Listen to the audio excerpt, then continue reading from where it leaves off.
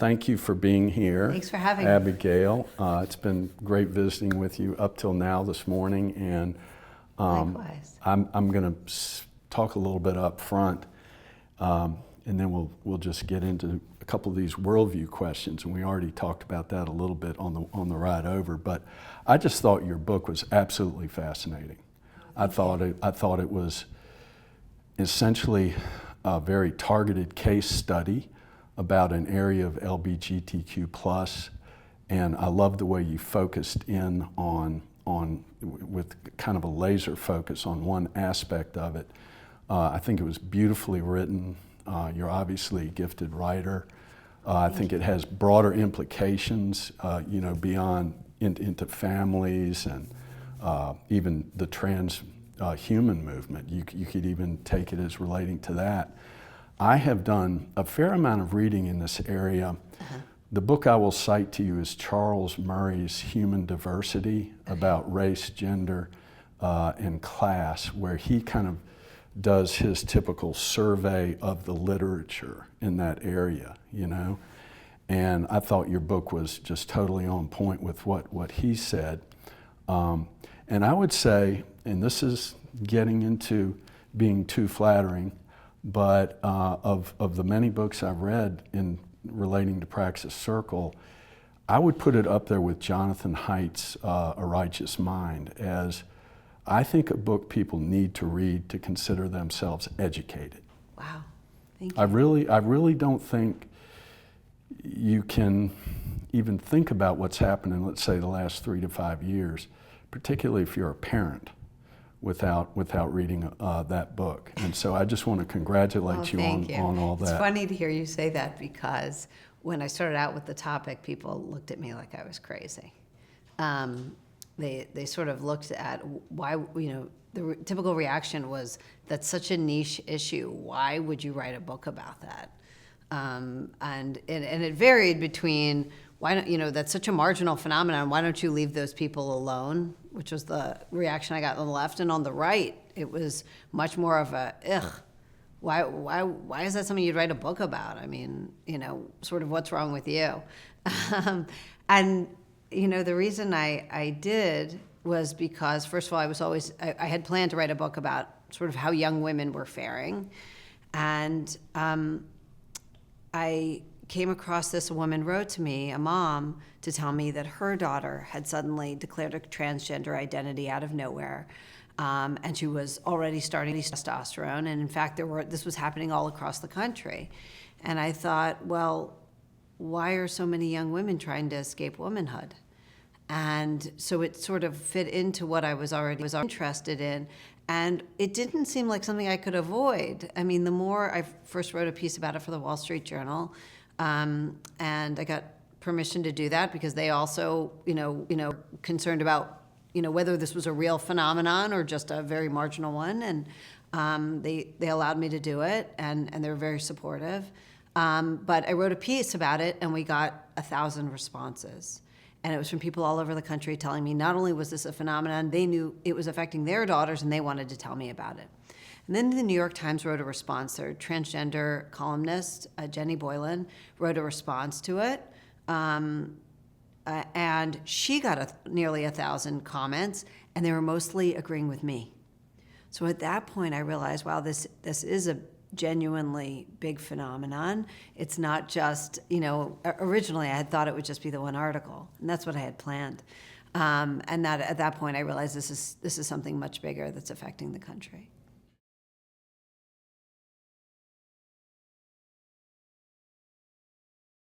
Let me ask you one side question on that part of it, because we get into that a little bit later. We can take it on now. Was that, I have not read that original article that you wrote in 2019. My impression was it was more on pronouns and not so much on the science. Right, so first I wrote a piece on the pronouns. It was called The Transgender Language War. And that actually had nothing to do with transgender people whatsoever. It was about whether states like California and New York, which had statutes that proposed civil and criminal penalties for people who misgendered, I made the argument that that straightforwardly violated our First Amendment. And I actually don't think that was I mean, although it was somewhat controversial at the time, it was so obviously correct. And in fact, other courts have since said the same thing, which is in America, the government can't make you say things. So no matter how much you think people should use other people's pronouns, the state can't pass a law mandating it. And that was simple. I'm a lawyer, and it was a simple argument I made from the First Amendment perspective. That was all. And then that's when a reader first wrote to me, and she said, listen, I've written to every journalist I can think of. I don't know if you'll take this on, but my daughter suddenly identified as transgender out of nowhere. She'd had a lot of mental health issues as a kid, a lot of terrible anxiety and depression, but she was never anything but a girly girl, and we never saw any gender dysphoria. And when she went off to college with a group of her girlfriends, all of a sudden she decided she was trans. And in quick order, she started a course of testosterone. And there are parents like me all across this country, and we're all saying the same thing. This is out of nowhere. It doesn't seem organic to these kids. I know my daughter. And the first thing I did was get in touch with an editor and send all these contacts to an investigative reporter with a lot more experience than I had. And then I waited for the piece to come out. And I waited and I waited. I waited 4 months and nothing came. So at that point, I thought, you know what, this isn't rocket science. Let me find out what I can do here. And I wrote an initial for the Wall Street Journal, and that was the piece that had got 1,000 comments from people across the country desperate to tell me their stories. And so at that point, I think that came out in January, maybe 2019, I think. And at that point, I realized there's more than an article here. So that's when I wrote my book proposal. Wow, and so the crack opened up and you went down it, and it turned out to be a big cave down there, right? Yes.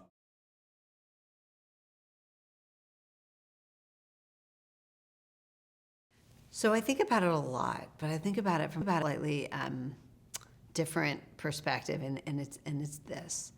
You know, as an investigative journalist, when I'm doing investigative work, I do my best not to have a worldview. That is, not to stick to one, not to be too influenced by one. And the reason is because as an investigative journalist, I'm a little bit old school. I take it as my responsibility to bring the truth to the public. And I'm bringing the truth to the public that may have very different views from mine on a whole host of issues. They might have different religious commitments, they might have different political views. That's fine. I don't really believe it's my role to influence them in those. What I try to do is just bring the truth and trust that American people, you know, people who are active in the political process will know what to do with it and will help. And what I mean by help is I tend to trust the American people that if I bring them the truth of what's really going on, they'll work, they know what's right, and they will come to a good solution. And that even goes so far as that I've never, for instance, come out, I've been asked many, many times to testify on behalf of bans on puberty blockers. Now, I write about the very grisly and serious risks of puberty blockers. I was one of the first to do it in America.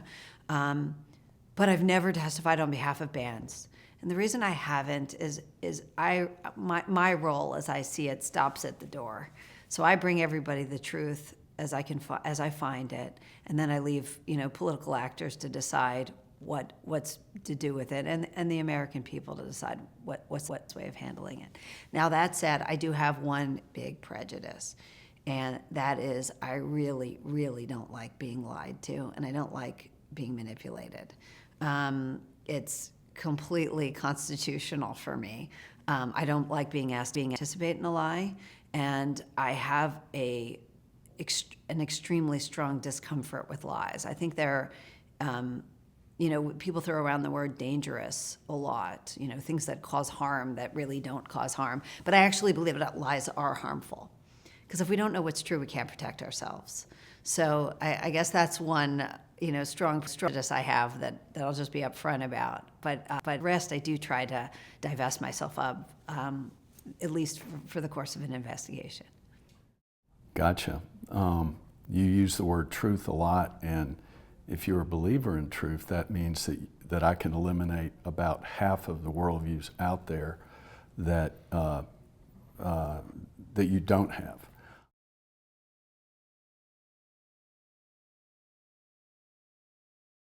Well, I grew up in Maryland. I grew up in suburban Maryland in Prince George's County. It's a very integrated county. So my neighbors, I didn't grow up around Jews. I grew up around African Americans. Although I eventually attended parochial school, I went to a Jewish pluralistic day school for middle school and high school. But the person who undoubtedly had the biggest influence on me was my father. My father is an interesting man.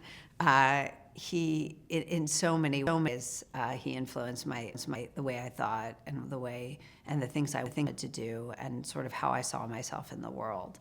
And one of the things that was really had a big impact on me was that he was always proud of me when I spoke up about something that I thought was wrong or right, or when I thought there was some, untruth being told.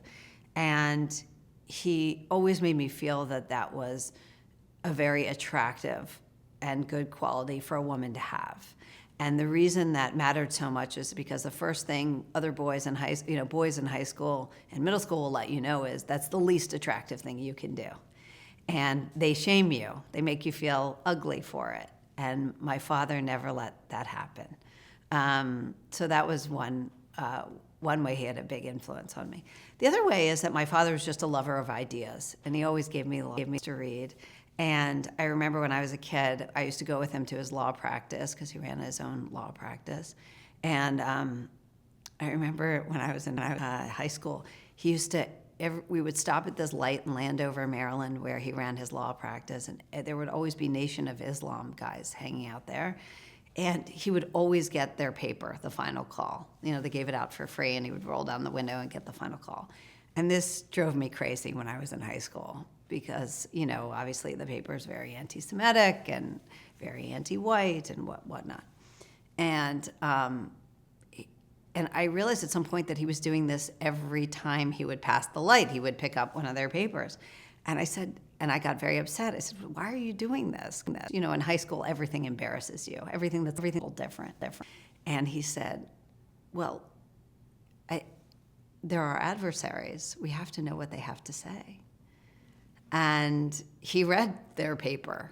And it made a big impact on me. It made me realize that you can, closing yourself off from the world is not the way to confront it. It's not the way to fight for your own view of what's right or what's actually going on. It's just making you weaker.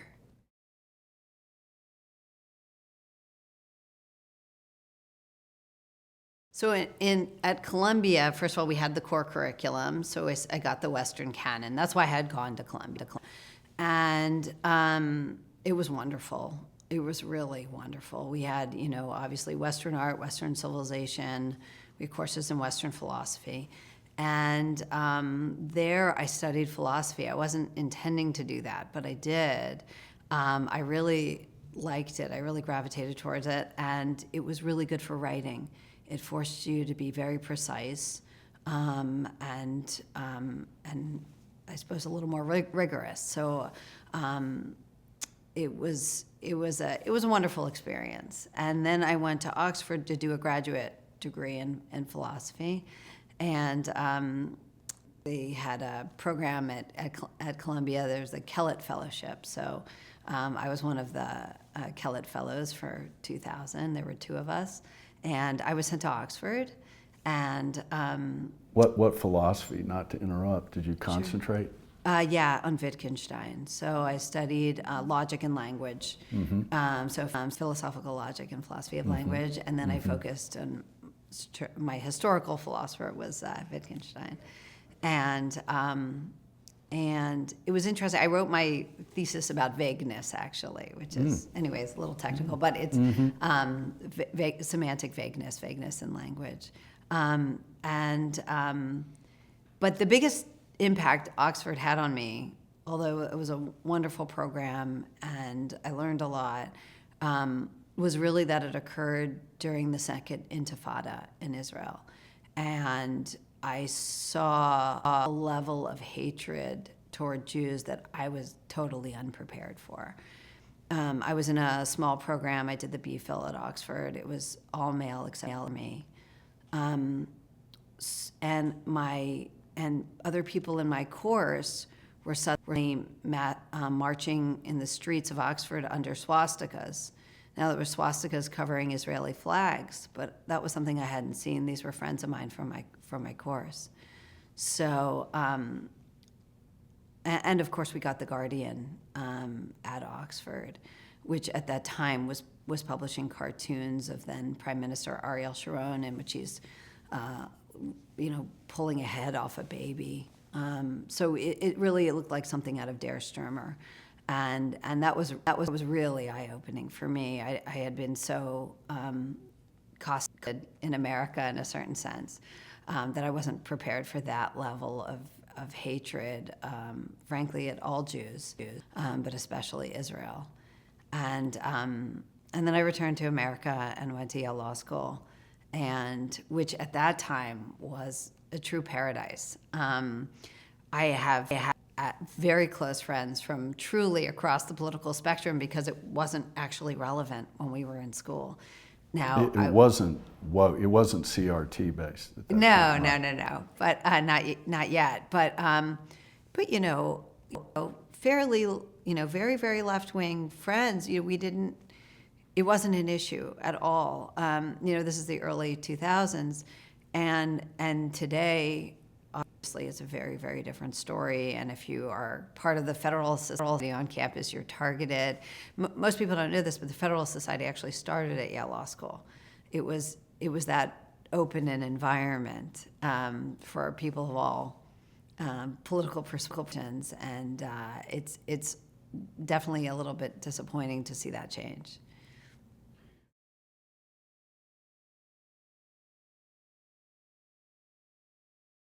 Well, I'll say this about sort of Judeo-Christian values. So, especially of late, I have met really wonderful people and interacted with wonderful people who are atheists. And of course, I've known many wonderful people who are religious of some, Christian or Jewish or whatever, or Muslim. And I will say this, that I don't think religion makes you. I don't think religious people have a monopoly on goodness. I certainly don't believe that. But I think for a society, Judeo-Christian values seem to see for a herd immunity against a certain kind of nonsense and foolishness. And I think what we're seeing in America is as America becomes less religious, we have a lot less of that immunity. So we have things like the rise of gender ideology. We have ideologies that are very dangerous that actually don't make very much sense.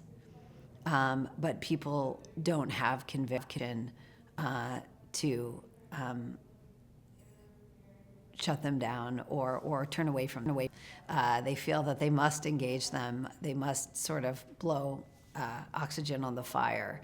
And unfortunately, with gender ideology, if you let it into your family, it does a lot of damage.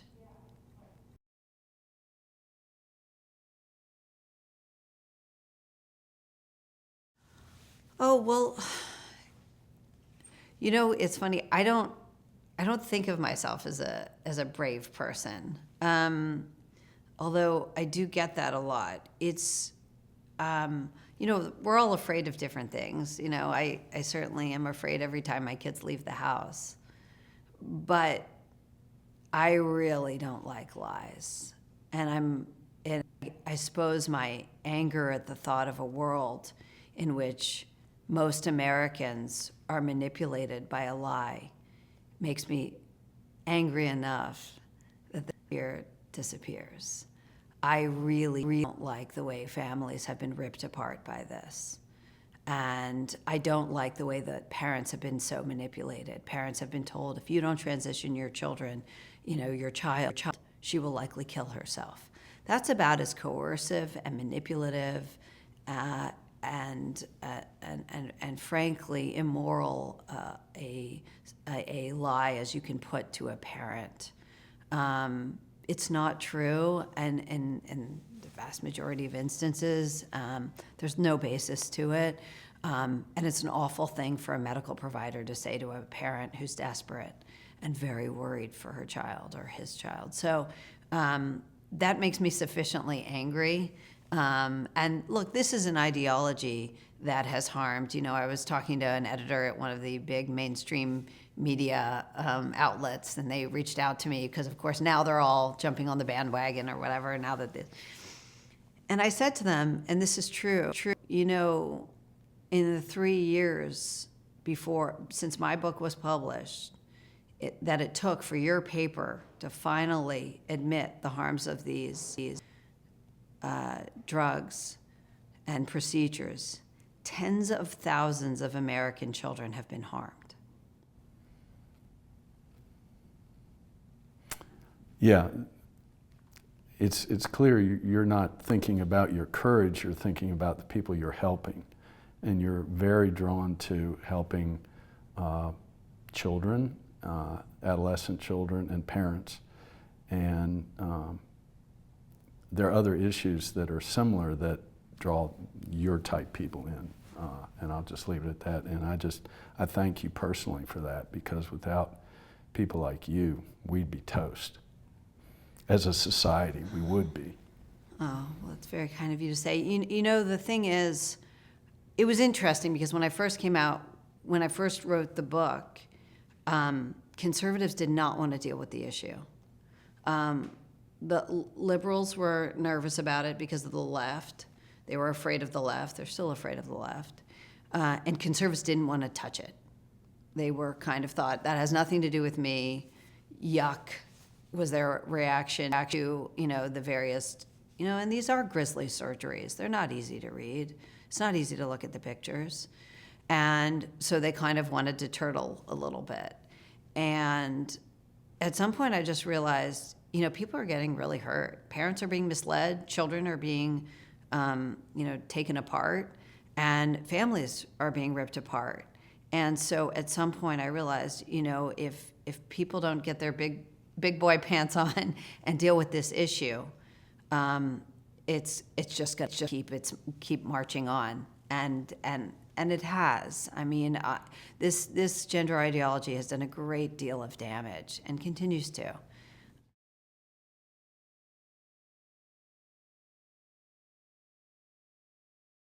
Well, of course, sex is binary. I don't think anyone sincerely believes otherwise. I don't know. Some people make noise about this. Outside of academic circles, I'm not sure that anyone believes that anything other than every cell of our bodies is sexed in some way. So either contain Y chromosomes, XX chromosomes, or of course the gametes. So the idea that anyone that in the animal kingdom sex is anything other than binary is ridiculous. But there's two things that sort of happen when we are quiet about the truth, or when we feel shame, so we don't speak up. A lot of nonsense can march in the door, and unfortunately, gender ideology is a particularly vicious sort of nonsense. Not only because it's so highly coercive and insists that you speak, you have to recite my pronouns, you must recite after me, or you can lose your livelihood, or you can go to jail, as some of these laws have proposed. But it separates children from their families. It tells them they can't trust. It tells young women they can't trust their parents. It tells them they need to do these irreversible damages, to their bodies. And we are now seeing the testimonies of thousands of detransitioners. These are young women who regret having made these hasty decisions, these hasty alterations that were really pushed and facilitated by medical providers who had no business doing that. and therapists who really had no business greasing the wheels and pushing a troubled adolescent toward medical transition as if it were the only way to cure their unhappiness. Now, in fact, there's no proof that gender affirmation improves mental health at all. So whatever was troubling these girls, we have very good indication that the vast majority of them were troubled by something other than gender dysphoria.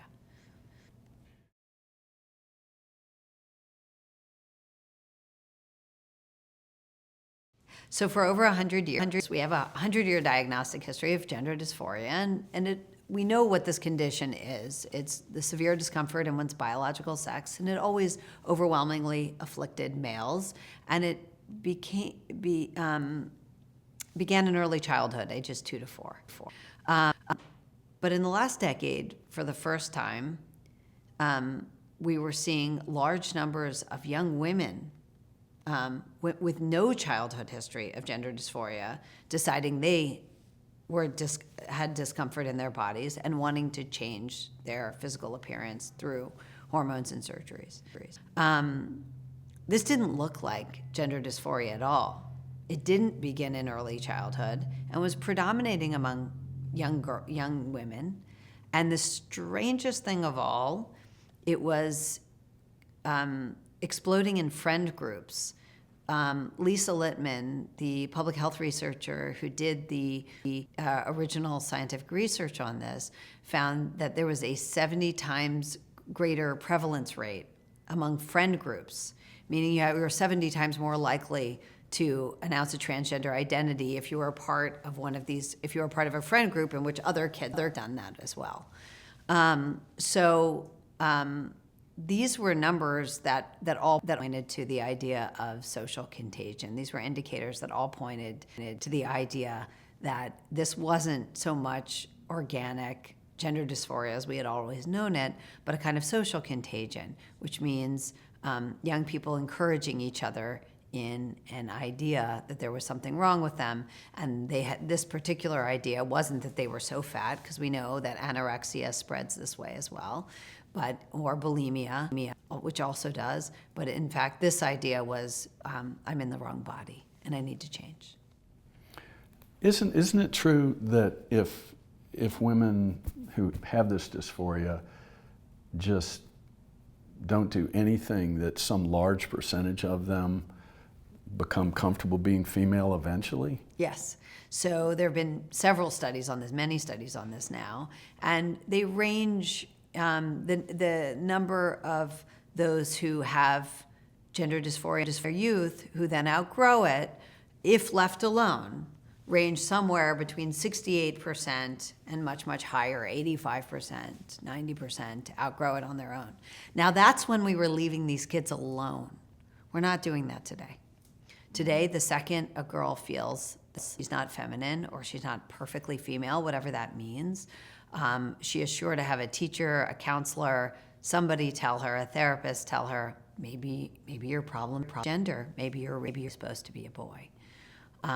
Now, with girls who identify as transgender, we're seeing very high rates of going on to hormones and surgeries and whatnot. But if left alone, most of these kids were just outgrowing it.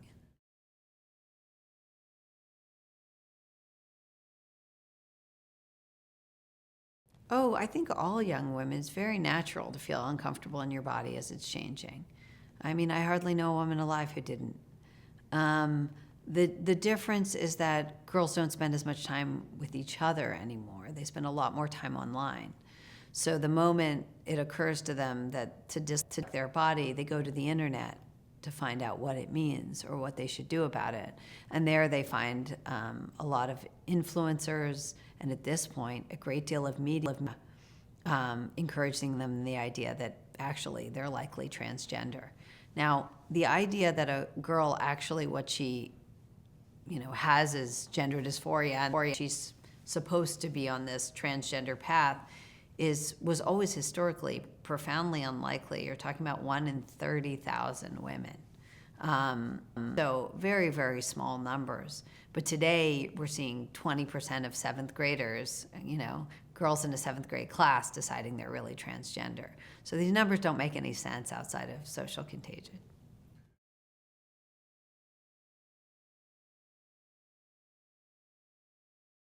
Oh, well, trans is really a social identity. If we're talking about gender dysphoria, we're really talking about very small numbers. For men, it was 1 in 10,000. So basically, no one you went to high school with. Think back generation. So today we're seeing something like 20% of youth, or very, very high numbers. They vary, but identify as LGBTQ. We've never seen this, and we have a long history of homosexuality. I mean, that's never been a secret in any society, even where it was, actively suppressed, and even in places where, even in repressive regimes, we've known about homosexuality. That's always existed, and gender dysphoria has existed, and we've always had what we used to call transsexuals. But today, it seems to have captivated such a large percentages of our youth. At some college campuses, you have 40% of the kids identifying as LGBTQ. This is so highly improbable that we know something else is going on, and that this has become a social identity that young people take on for various reasons.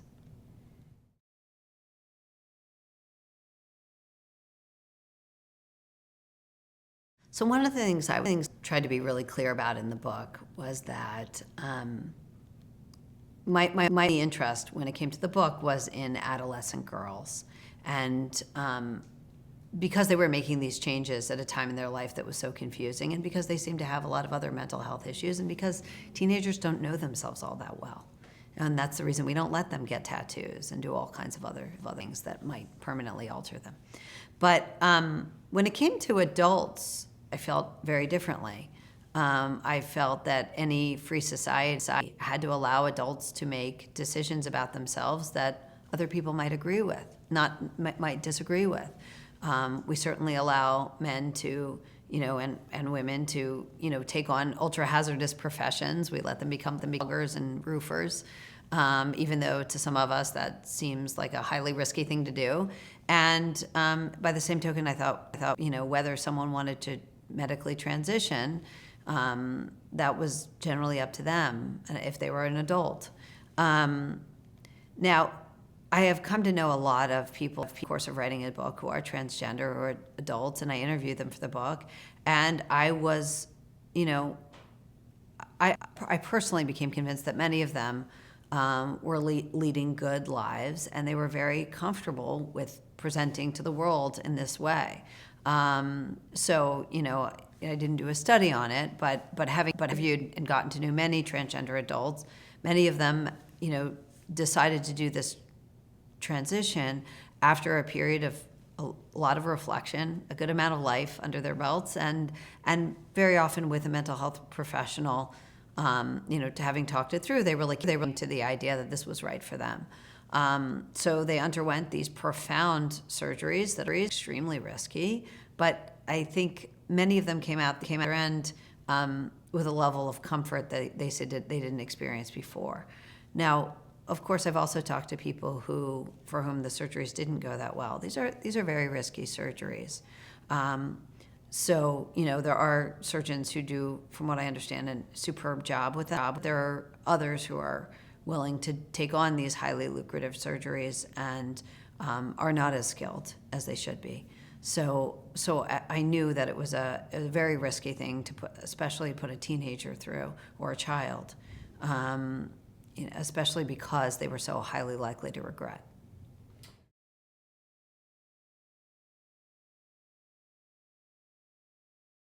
So there are puberty blockers that girls start with sometimes, and boys at very young ages. They can start as young as 8. Usually 8 to 11 is where they start on these. And although sometimes they do it a little bit later. And they're just beginning to understand the risks, but they are significant, and they're already coming out. So we know now that certainly there's a huge problem with bone density. there's a very high risk of everything that goes along with bone density, from splitting teeth to insufficient bone development, and there's a concern also about not reaching peak IQ, because hormones shower the brain. They don't just operate on those areas of the body that sexually mature. So there's a concern that the mental development won't be the same with these kids. But again, we don't entirely know all the risks. If they go on to puberty blockers, not only is there a risk of infertility with puberty blockers, but if they go on to cross-sex hormones, infertility is all but guaranteed. So with testosterone, which is a cross-sex hormone, that's stage 2, right? Yeah, that's typically stage 2. These women are getting shots 10 to 40 times what their bodies would normally handle. Again, we don't exactly know what will happen to them long term, because we haven't, I hate to use this phrase, but it's accurate. We haven't been experimenting on them for long enough, and that's what we're doing. We're experimenting on these kids. But right away, see within the first 3 months, their voices tend to deepen. They tend to get more masculine facial features. Their shoulders broaden. They tend to redistribute fat. They're at much higher risk of cardiac event, and they tend to. And they get facial hair, and there's also alterations to their private anatomy, female anatomy.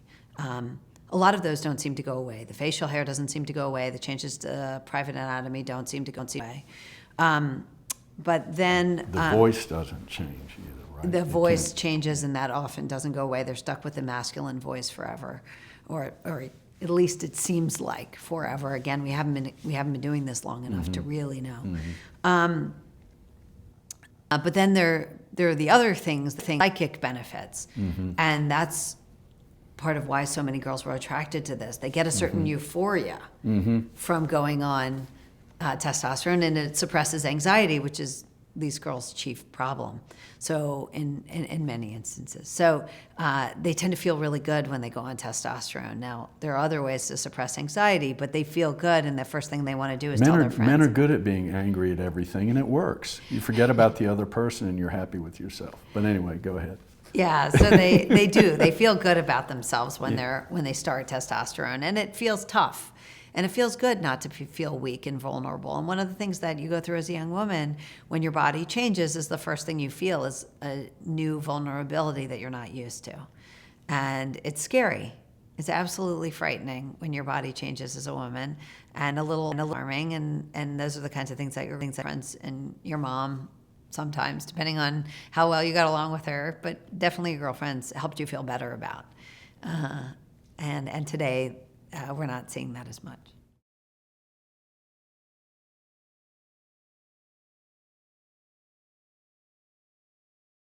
Affirmative care isn't clinical care. It really isn't. It's saying that the patient's self-diagnosis will prevail in a medical setting because the doctor will not exercise his or her own professional judgment. It's an abdication of medical responsibility. And it's saying that whatever the patient self-diagnosis with, specifically with regard to the transgender or gender dysphoria self-diagnosis, we're going to just rubber stamp. So there's no other area of medicine where you take a patient's self-diagnosis at face value. So I think it's obviously inconsistent with all other medical protocols, but it's also just sort of offensive to the idea of a professionalism. Doctors get medical degrees for a reason. We expect them to exercise their judgment. And here's a place where they've abdicated responsibility and just sign on the dotted line where the patient comes up with, yes, you're gender dysphoric. Sure. When do you want your breast removed? And that sounds like a caricature, but it's not much of one. And this is, of course, something that's happened all across the West. And there was a woman, Jay Langandinos, I hope I'm pronouncing her name correctly, who in Australia, who on her first visit with a psychiatrist, and I know this because she sued her psychiatrist afterwards, but her first visit, he okayed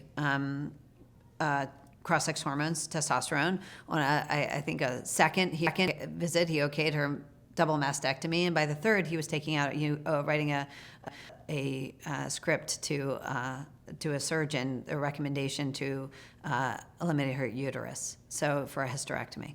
So you see how quickly these things are moving. And in her own complaint, she said, I came to this psychiatrist for his medical judgment, not for him to use mine. But that's what he had done. He had substituted her judgment for his.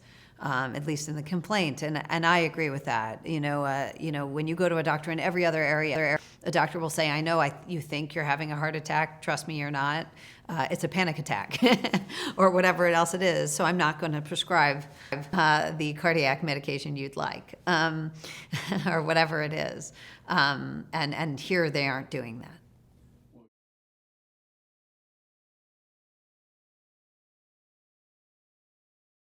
For gender dysphoria.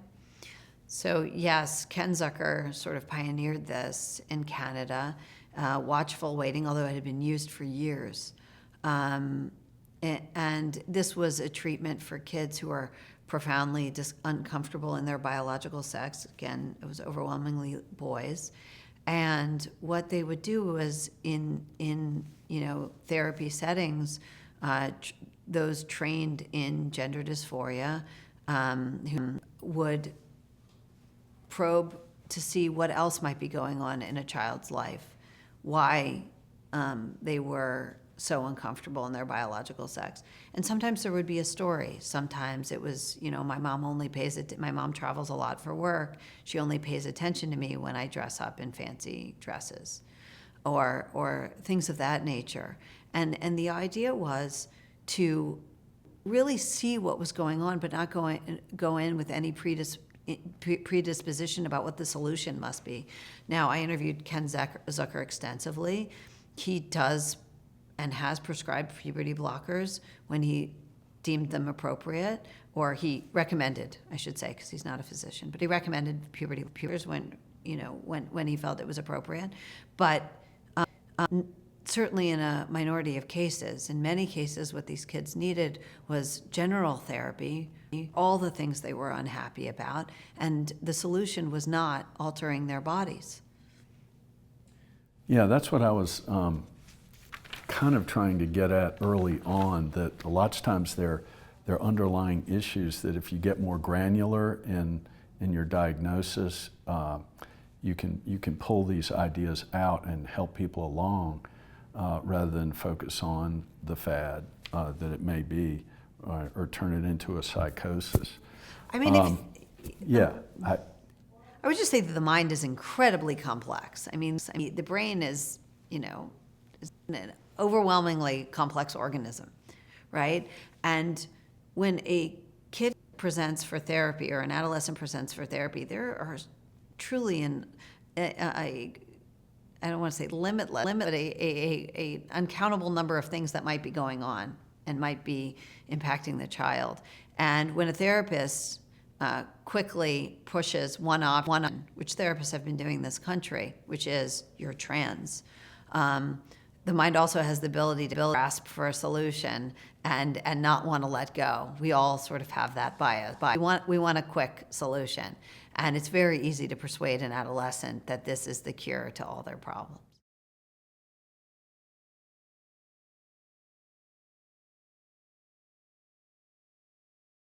I don't think any young teen should be on social media. I don't even think they should have a smartphone. They don't need them, and it's a terrible, terrible distraction. And most disturbingly, it lets all kinds of influences saturate your child or young teen that are profoundly unhealthy and manipulative. So I wrote a piece for the City Journal about human trafficking, all the human trafficking that was going on in California, that is going on in California. And one of the things I learned as I interviewed 4 different women who run human trafficking organizations across the state was that very often human trafficking actually begins on the internet. An adult posing as a child will reach out to another teen and he will be posing as a girl who's interested in him or her, or boy who's interested in her, and persuade her by degrees to do something embarrassing online. So maybe take a picture of herself or himself.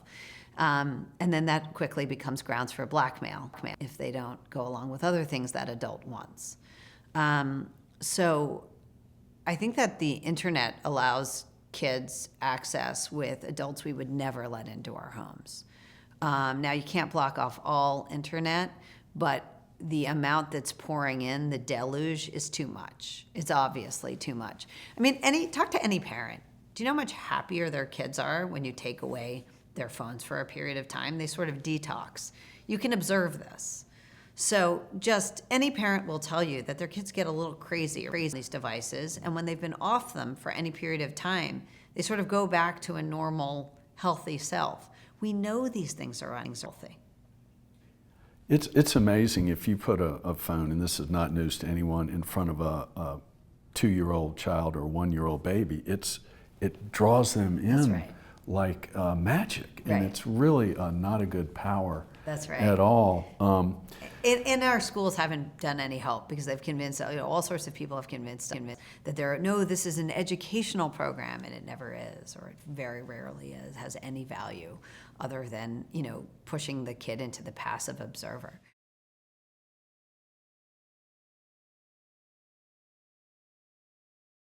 So California certainly has some of the most radical laws. We just have a new bill, I think it's AB 665, that allows a school counselor and a 12-year-old to decide that the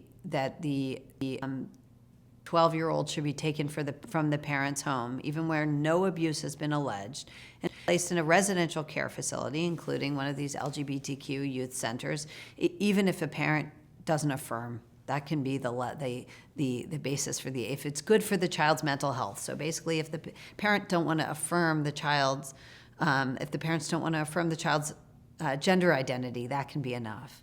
The thing that I learned after the book came out was just how pervasive all of this was. I expected to see some differences across states, but the more I wrote about Child Protective Services, the more I realized that in every state, Child Protective Service, at least every state I had talked to, and this includes some of the reddest states in the country, Child Protective Services was staffed by many people who were eager to take children away from loving parents if they did not want to affirm a child's purported gender identity. So they get between the parents and the child, right? Both the influencers and the schools. The influencers do it. The schools do it. The school counselors do it. When I talk to parents, this is what they'll tell me. Everything changed when she went to the school counselor. Everything changed when I signed her up for therapy. Everything changed when, and of course, these were girls with problems in some sense. They had anxiety, they had depression. It wasn't that all was perfect for them before, but suddenly things were getting much, much worse. And the young woman had fixated on gender identity as the cure and gender ideology as the only way the only thing she wanted to do, the only thing she wanted to get involved in was transition, and the only way that she would ever feel better.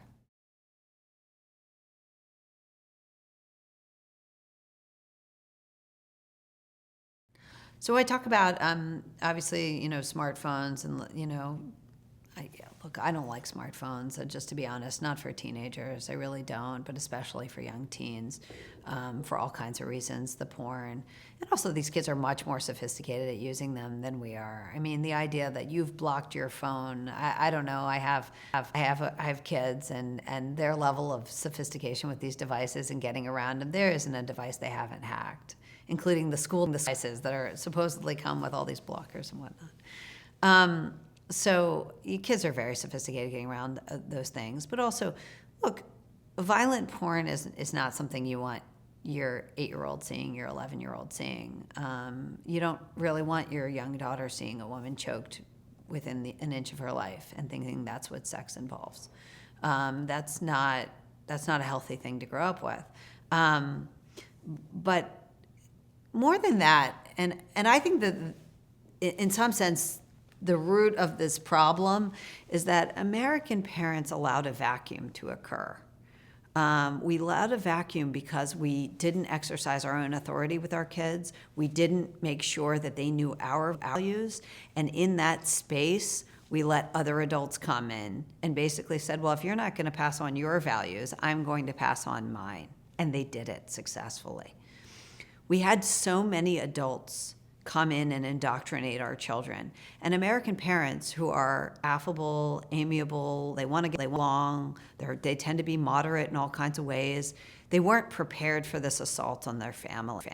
But it came through every avenue, from public school to social media and the internet, through even television programs or movies made for kids. So and these activists were ready to supply their values, and they did successfully. They taught kids that they might be boys trapped in girls' bodies or girls trapped in boys' bodies. And I think what surprised parents was the degree they were willing to go and the lengths they were willing to go to indoctrinate other people's children. If you're a good person, it's very hard to envision that someone would actually do that with your children. I mean, there are so few things that I feel comfortable preaching about to another person's child. I wouldn't imagine doing that. Even when it comes to what's appropriate clothing, I wouldn't do it because it's someone else's child and it's not my business. But that wasn't the feeling of a whole generation of teachers, unfortunately, counselors in schools, therapists. They thought just the opposite. And that we're seeing the results of that.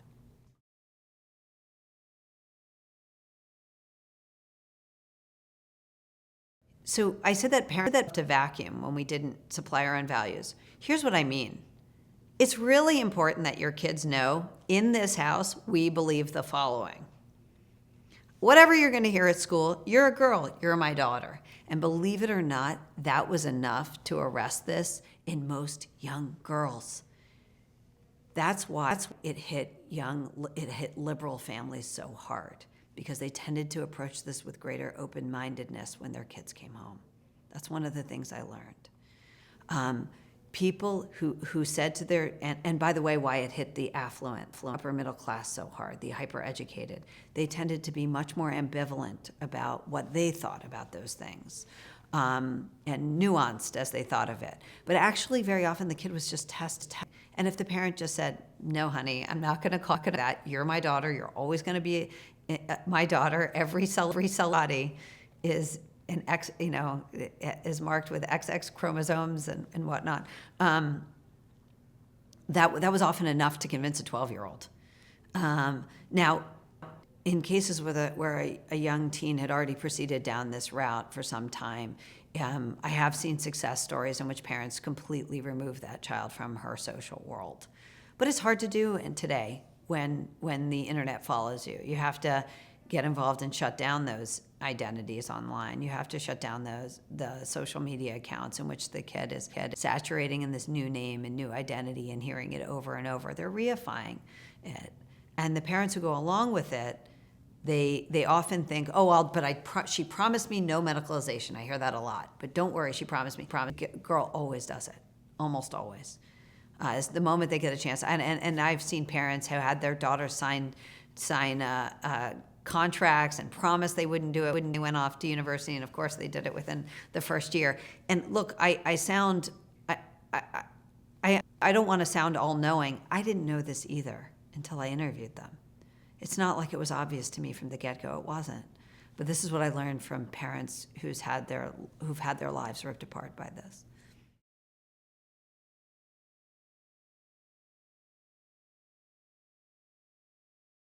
It's hard, but step one is not trusting these institutions. These institutions, I have talked to parents who have had security called on them because they wanted to see what on earth was going on with their daughter who's mentally deteriorated in her first year of college, and was now insisting she was a boy and wanted to start hormones, and they just showed up on campus to find out what was going on.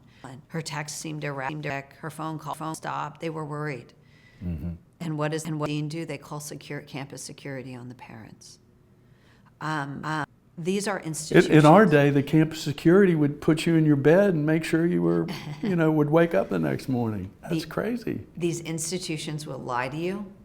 They will, just because the board of directors says to you, don't worry, we don't push that gender ideology here. I would say in most cases, don't trust it.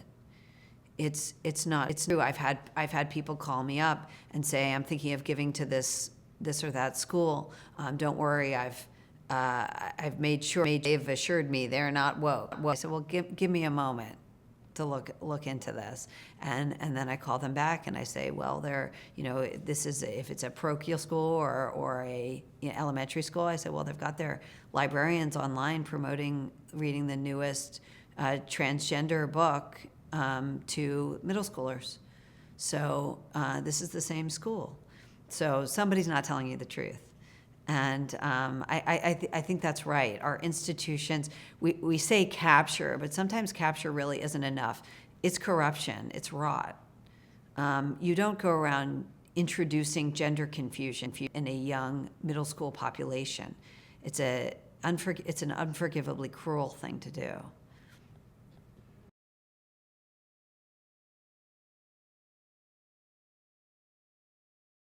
Sure. How's this going to end? So, first of all, I'll say some good things, okay? Number one, parents know the truth for the first time in a decade. There have been, my book came out in 2020, a number of other books have come out since. That is a big victory, that parents now know that puberty blockers come with serious risk. Affirmation comes with serious risk. If they want to read about further, they can. If they want a support group, they can find one. This is all good news. In Europe, we see even better news. Norway, Finland, Sweden, and France, the UK are all either curtailing these puberty blockers for adolescents, they're ending them entirely, or they're warning about the risks.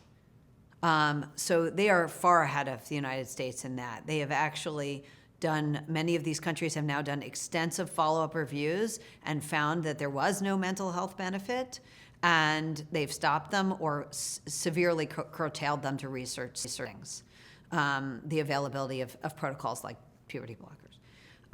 So those are good things. I used to think, the one thing that I think I may have gotten wrong in the book is I thought that the medical malpractice lawsuits would end this.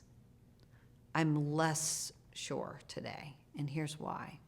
When we look at prior medical scandals, and I do believe this is maybe the biggest medical scandal in the last decade, when we look at prior medical scandals like multiple personality disorder, they ended through, and repressed memory, they ended in the courts because we had a good number of doctors willing to stand up and say in court and testify, and they went all over the country testifying. People like Paul McHugh went all over the country testifying and saying this is quackery and we are hurting people. This is psychiatrists introducing harm into these, troubled young, often young women, but these troubled patients. Okay.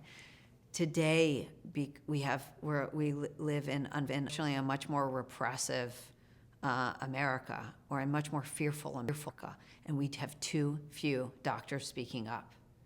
When I speak, people invariably come up to me, and they ask me if medical malpractice lawsuits are taking care of this. And what they're saying is somebody else taking care of this, because I don't want to have to say anything. These are people who come to my talks because they don't agree with what's going on in their own profession, but they're afraid to say so. That's different. And there are lawsuits that are fortunately coming in the United States, but we need people to speak up. We need professionals. We need medical experts, because there are truly legions of experts so-called experts, really activist doctors on the other side with newly minted. But there are also victims that have been harmed, right? That want to sue, I would think, but they need the experts to speak up for them. You need both. They need both. But you're saying you're more pessimistic that that's going to happen. We have so many wonderful G-transitioners who are so brave and willing to speak up, and I think they're having a big impact. But we need doctors in the courtroom. We need doctors to say what's true, and because courts rely on them. And right now, courts are inundated with activist experts. That's who's signing up to testify in trials. We need more doctors speaking out.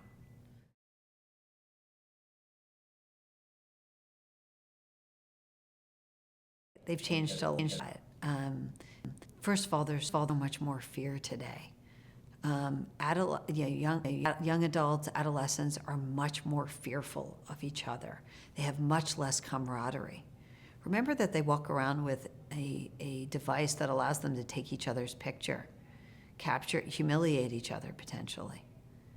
I mean, what they're most afraid of is social humiliation, and they walk around with a device that, in some sense, might as well be a gun for all the damage they can do to each other, and they are much more wary of each other. When I meet young women, I have a new book coming out in February called Bad Therapy: Why the Kids Aren't Growing Up. And one of the things I learned from the many young men and women in college I interviewed is, if they find a boyfriend, they don't let go or a girlfriend, they don't let go for 4 years. They're afraid of what's out there. The ones who are dating tend to find one person and stick with them, because they really are much more fearful of things like dating around. They have a lot less comfort with each other. Remember, they also spent a lot less time together than the previous generations did. Do they have more trouble interacting and talking to each other and socializing? They're and far things more like socially that? awkward. Jean Twenge has written about this. The psychologist has written about this. She's an expert on this generation, and she has said that they spend to an hour less per day in person than prior generations. So they are much more awkward with each other. They are much more on their devices, which of course encourages awkwardness. Being outside, getting to know each other, being left alone, it makes you more comfortable. But they've also had hovering parents who've arranged every social interaction they've ever had. Well, that doesn't help them build real friendships. It helps them build staged friendships that mom approves of. For the first time, you had parents choosing their kids' friends, whereas our parents never chose our friends, and probably weren't crazy about some of our friends, but they didn't choose. But now parents are completely correcting it, and what they're raising is a generation with friendships that are far, far more shallow.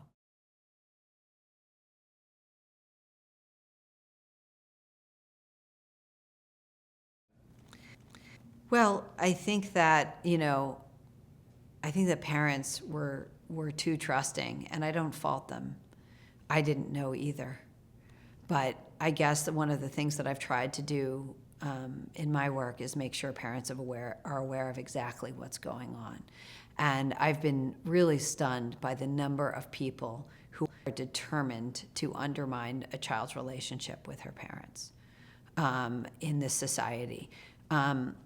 Leonard Sachs, who's a physician and has written on wonderful parenting books, he has said, and I absolutely have seen this, that immigrants who don't share our culture, their kids do much better in terms of anxiety, depression, but also in terms of a sense of well-being. And they tend to do better because our American culture has become toxic for families. And I don't say that with any joy or pleasure. Obviously, it's kind of heartbreaking to say, but I do think it's true that the prevailing culture is constantly undermining of the American family, constantly paints the parents as complete buffoons, constantly encourages disrespect towards the parent, and ultimately, parents are the best guardrail a child has. So if you undermine them, it's open season on the kids. And that's what we're seeing. That's true. That's, I think what I would, along that particular theme, what is totally reversed is when I was a kid between 1960 and 65 or 70, the parents and the teachers were totally in sync. What the teacher said goes. The parents supported that 100%, and vice versa. The thought of a teacher being against a parent was so bizarre, no one could have thought of it.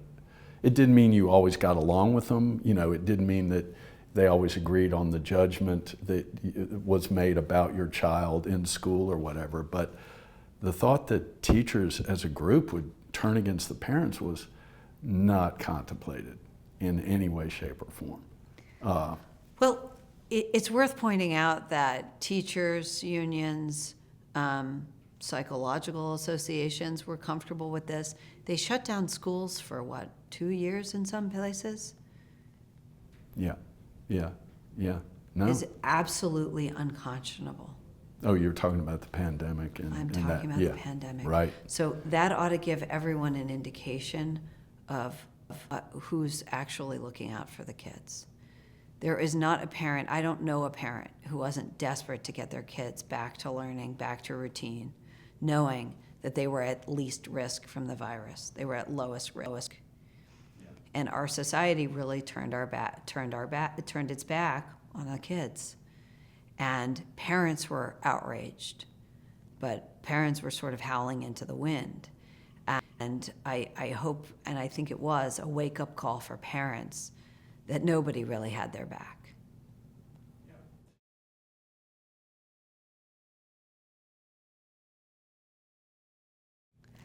Well, you know, this is sort of everyone's favorite question. Is what have they done to you? We want to hear all the, you know, I think it's sort of like rubbernecking on the highway. We want to see, you know, the mangled body. You look good to me. Thank okay, you. You survived it well. Thank you. Yeah, I have yeah. to say, it's an important question. It's also my least favorite, and I'll tell you why. I don't want to ever give the impression that they can stop me. I don't want anyone to get the incorrect idea that they can shut me out. So I don't like to dwell. I don't even really like to think about the things that they have tried. But I think it's an important subject, and it's, you know, important to note because, you know, when Target took my book off, it removed it, then it put it back and put on and responded and cried, then it quietly deleted it again. It was completely deleted from Target.com, never available again. It's important because people need to know that the activists are willing to stop what adults are able to read. They want to censor what adults are able to read. This is Target.com. Okay? Now, what goes on now, you know, unfortunately, we're sort of living in a fairly obtuse time, and sometimes they lump that together with, you know, parents objecting to various pornography in schools. Those are entirely different. They're obviously different. Okay? There's a well-known book that works in all kinds of libraries, in all kinds of libraries in America, and school libraries, and that's the book Genderqueer, which is a graphic novel that shows young boys filleting each other. When they talk about conservatives censoring books, they're talking about, not conservatives, talking about parents objecting to that. Parents, not conservatives. See, one of the things that the gender ideologues have been really successful in is they've convinced America, or maybe the world, that anyone who objects to these things is a right-winger, and that their actual target is right-wingers. Their target was never right-wingers. It was always the family.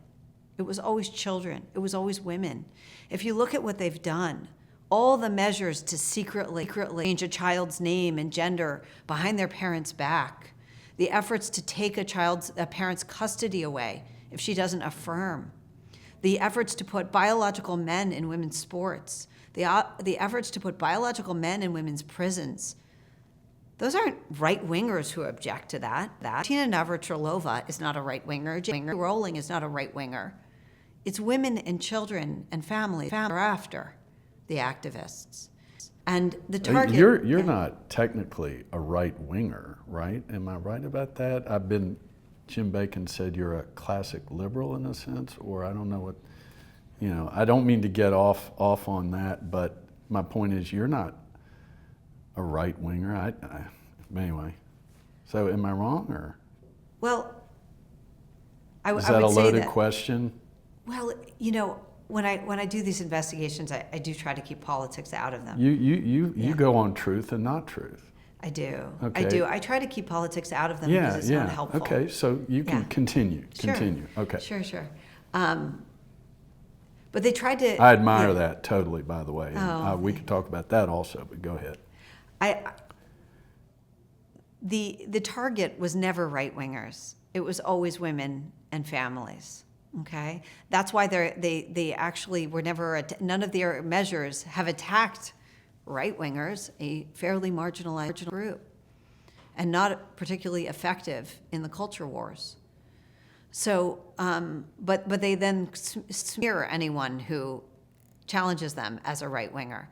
Unfortunately, this cowed a lot of good people for a long time, and it needs to stop so that we stop losing really, really important things in this country.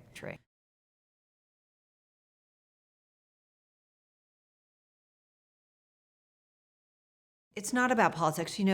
Conservatives walked into defending, I think they walked into this particular issue fairly early.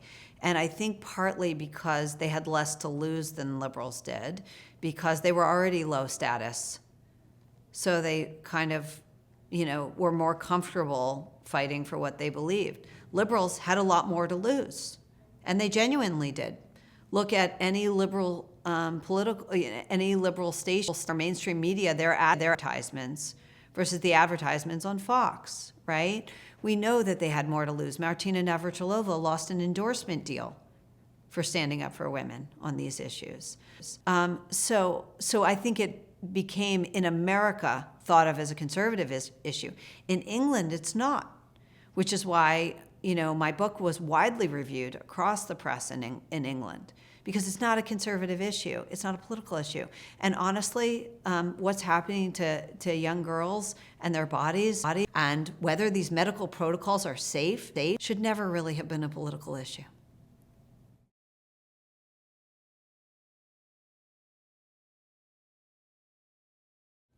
Well, I think that gender ideology is the perfect analog to critical race theory. Both have the idea that there's this person who was marginalized, and there is a person that is on top, either the white person or the cisgender heterosexual, and now we want them to feel what it feels like to be on the bottom. They are hierarchical.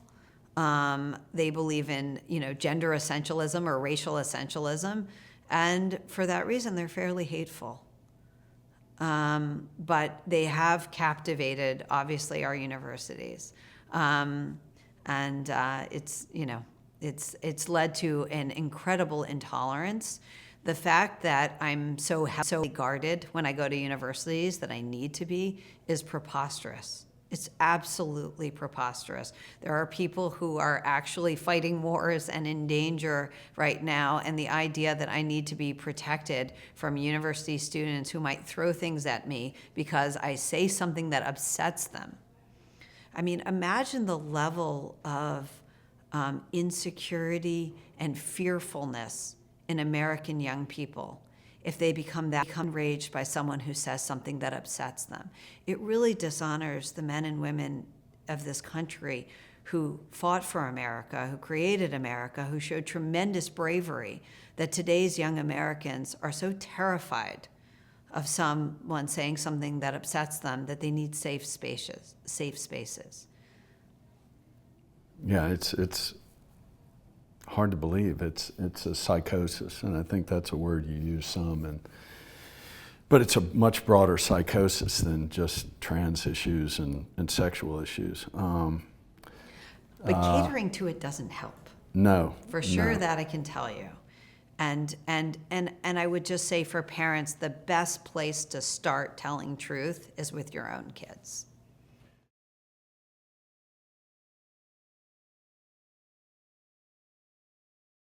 I think it surprised all of us, the extent to which things we thought were absolutely baked in and things we could take for granted when it came to, sexuality, gender, turned out to be a lot more malleable than we realized.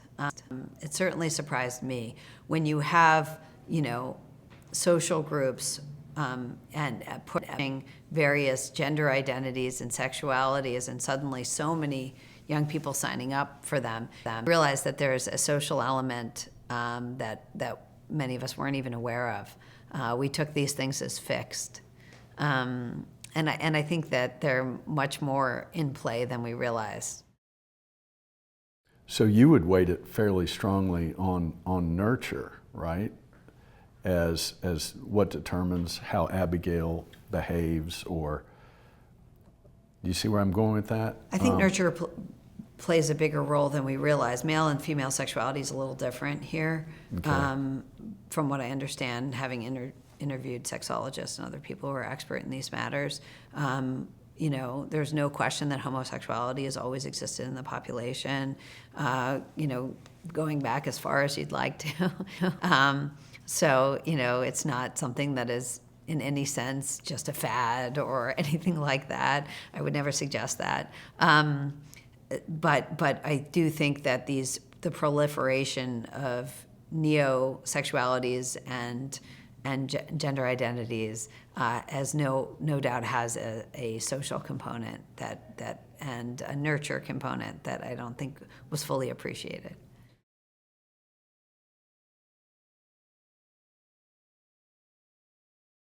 What about the problem you allude to a little bit, and I don't think you necessarily have a section on it. You do talk about language where there's the argument that you hear this a lot from LGBTQ. It's you're born the way you are.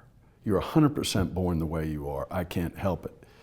And yet when it shifts on them, they then say, no, it's 100% the opposite. That it's all Marxist social construction. We're all human beings and we can construct whatever kind of person we want. What's a guy to do with that argument, where it's basically, the exact opposite argument, and none of them, they can't coexist at once? Right. So what the activists do is they sow a certain amount of chaos.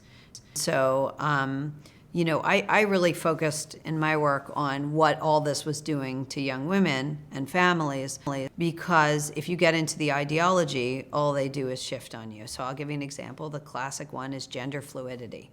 They say that some kids, every kid knows who they are and they're born that way, except some are gender fluid and they change their mind.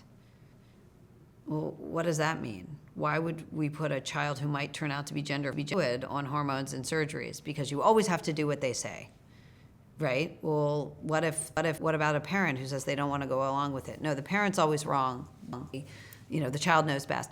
The way to understand all this is it is a form of religion. It really is. It starts with an initial baptism, a new name they give themselves. It is policed by blasphemy laws they introduced to try to force other people to use their pronouns. It has apostates, whom it treats really cruelly. Detransitioners, people who thought they were trans and changed their mind, are treated horribly. And it's full of holidays. So this really is, it's treated with the sort of severity and religious fervor of a religion, and I think that is the way to understand it. It's a kind of religion.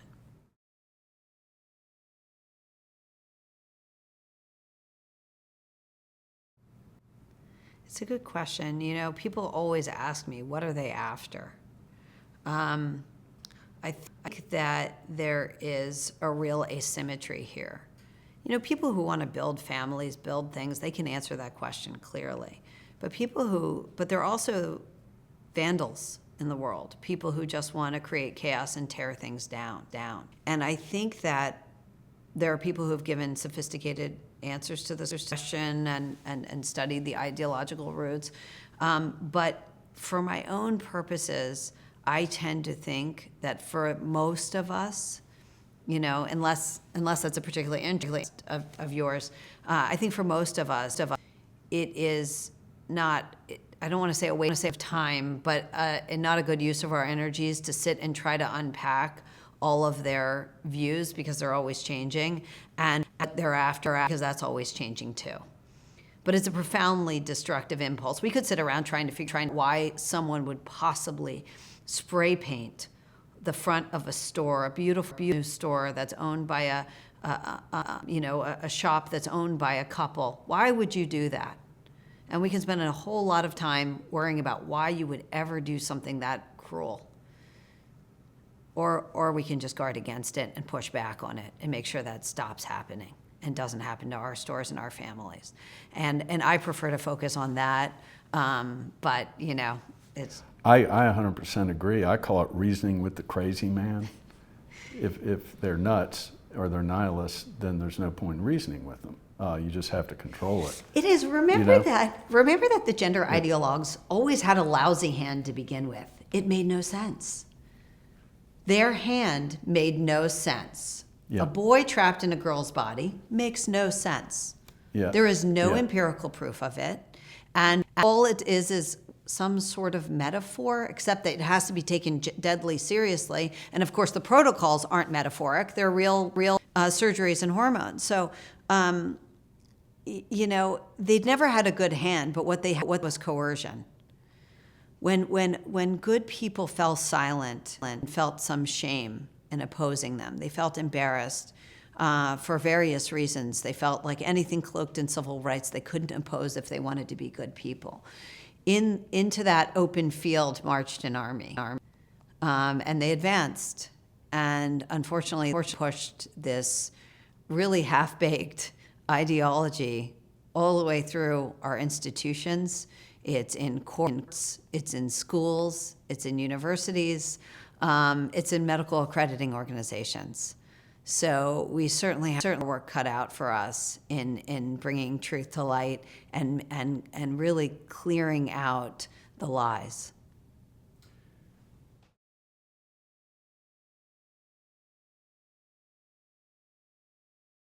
I think we have a problem with the rising generation poses a problem, and I say that as someone who's met, not only am I raising members of the rising generation, but I have met through my interviewing for my new book, Bad Therapy. I've interviewed a number of dozens of young people, some of whom are incredibly impressive.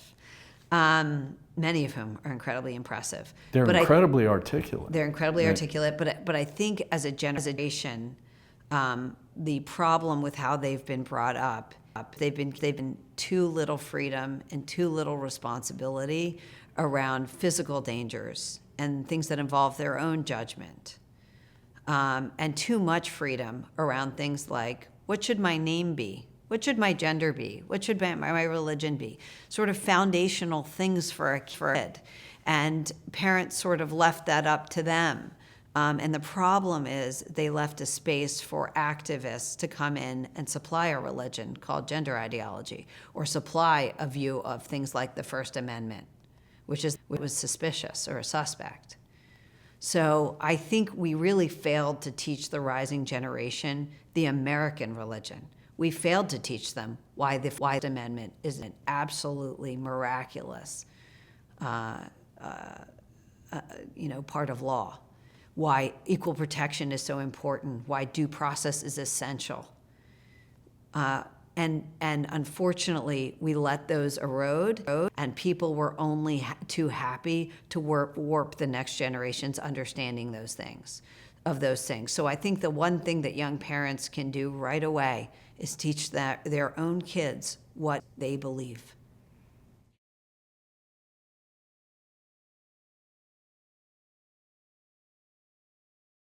I think one thing I always try to do is to give encouragement to parents to trust themselves and not be so-called experts. I go into this more in my new book, but I think that very often experts are doing more harm than good, and parents know what's right for their own kids more than they realize. So encouraging parents to trust the thousands of hours, tens of thousands of hours they have spent with their children, that they know what's best for their children, trust that more than the teacher, the psychologist, the counselor who's filling them with advice. The moment I would start there, and I think if you start with your own kids, we can take a lot of these things back and restore a certain amount of sanity to the culture.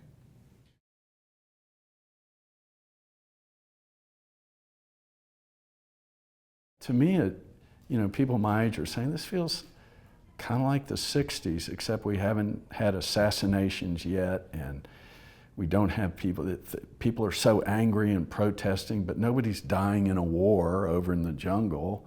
So it's just different. I don't know whether to be optimistic or pessimistic. What do you think? Where are we? What's going to happen here? Well, I think there are a lot of wonderful people speaking out, and they are mostly outside of our institutions at this point. But I think there are a number of people speaking out. A lot of great journalists out there, a lot of great thinkers out there who are speaking out. And I think that bringing the truth of what's actually going on in this country to the public is the best shot at pushing back against some of the progressive maximalism that we're seeing, the most extreme left ideology.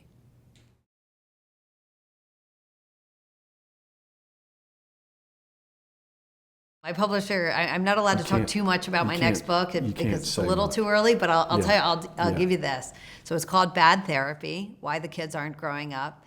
And it's a hard look at the mental health industry that is through the schools, through therapists, through the parenting experts have flooded us with all kinds of really bad mental health advice that has actually made the mental health of kids, adolescents, and young adults much worse. That'll be a great read. I look forward to that. Thank you. Thank you so much for doing this interview. Thanks for having me.